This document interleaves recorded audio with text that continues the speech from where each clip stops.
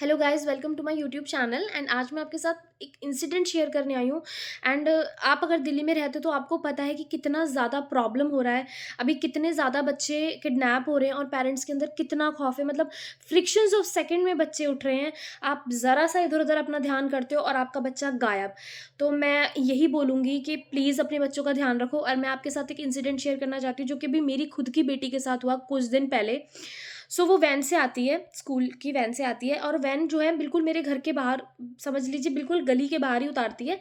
श like seconds में मतलब वो घर पहुँच जाए, लेकिन मैं फिर भी उसको गली के बाहर लेने जाती हूँ। लेकिन उस दिन ये हुआ कि वो आती है सवा 2 ढाई बजे तक और मैं कहीं पे गई हुई थी अपनी छोटी बेटी को लेके। एंड मैंने अपनी बेटी मतलब मैंने वैन वाले को कॉल करके बोला कि मैंने बोला भैया आप पहुँचने वाले हो? एंड उस दिन ऐसा हुआ कि उन्होंने बोला कि हाँ, मैं पहुँचने वाला हूँ। मतलब वो मैं 2 बजे, मतलब वो 2 ढाई बजे आती है और उस दिन मैं 2:07 तक अपने घर पहुँची थी।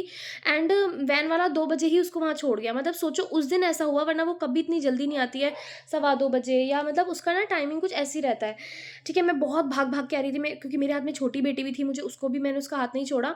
इतना ज़्यादा सुनते हैं ना तो बहुत ज़्यादा डर लगता है, मुझे बहुत डर लगता है, रोज़ कुछ ना कुछ सुनने को मिलता है। मैं यहाँ जिस साइड रहती हूँ यहाँ पे रोज़ लगता है अभी 2 बच्चे उठ गए वहाँ से, 2 बच्चे वहाँ से उठ गए।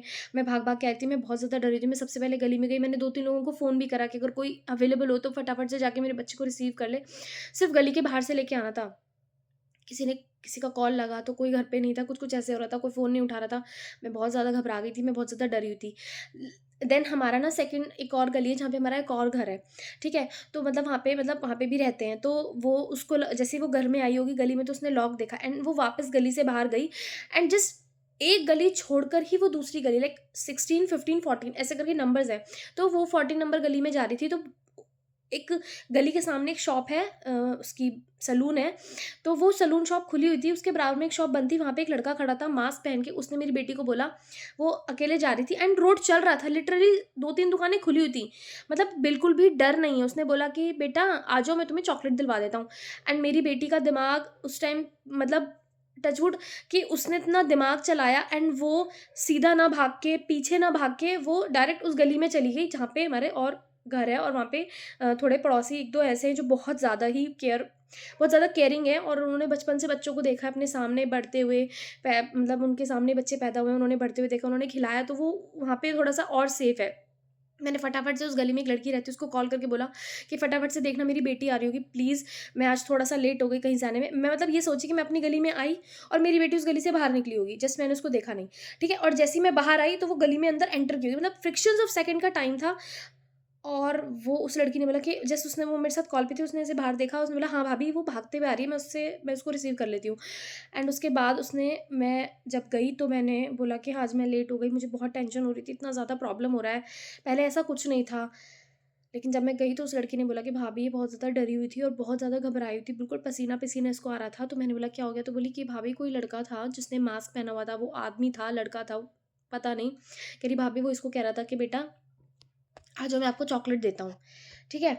एंड जब मेरी बेटी को उसने मतलब ऐसे बोला तो वो एकदम से घबरा गई और उसने सोचा कि मैं क्या, उसको नहीं कुछ समझ आया, वो गली में भाग गई। उसको ये, क्योंकि हमारी गली में ना, उस वाली गली में क्या है कि एंटर करते एक शॉप है, फिर थोड़ा-सा आगे जाके मतलब बच्चे खेलते रहते हैं, एक और शॉप ओपन रहती है, एंड में जाके तो क्या अपना घर ही आ जाता है।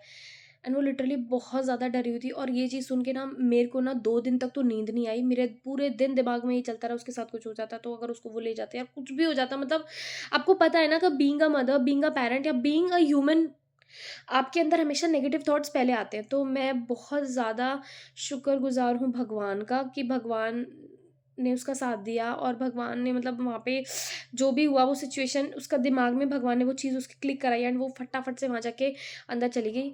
तो गाइज़ प्लीज़, अगर आप दिल्ली में रहते हो और अगर आप कुछ ऐसे एरिया में रहते हो जहाँ पे सेफ्टी के नाम पे कुछ भी नहीं है, तो प्लीज़ आप अपने बच्चों का ध्यान रखो।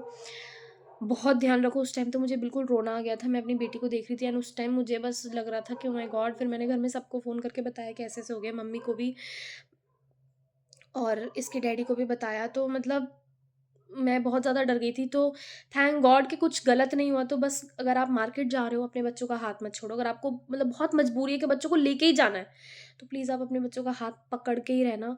जब आप सब्ज़ी लेते हो या कुछ भी लेते हो, अपने बच्चों को पीछे ना खड़ा करके अपने आगे खड़ा करना, अपने साथ रखना। अगर आप बैठ के सब्ज़ी ले रहे हो, तो उनको बराबर में बिठा के उनका हाथ ऐसे करना। मतलब आपको पता है कि ऐसा-ऐसा हो रहा है कि मतलब फ्रिक्शंस ऑफ सेकंड में बच्चे गायब हो रहे हैं, और वो बच्चों को कुछ ऐसा सुंघाते हैं कि बच्चा अपनी सुध खो देता है। उसको नहीं पता होता, वो जहाँ लेके जा रहे होते हैं वो चलने लगता है, वो चिल्ला नहीं सकता, बोल नहीं सकता।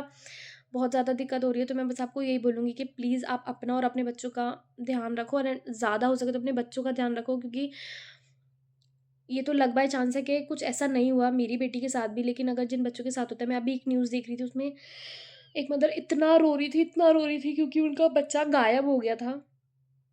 एंड फिर भी लकीली वो किसी को मिल गया, और उसने अपनी मम्मी का नंबर बताया, एंड उन्होंने कॉल पे बात की। तो मतलब आप ये सोचो कि कितना ज़्यादा प्रॉब्लम हो रहा है। तो मैंने बस इसी वजह से एक छोटी-सी वीडियो बनाई कि आप थोड़ा-सा अवेयर रहिए, एंड अपने बच्चों का और अपना ध्यान रखिए। Thank you.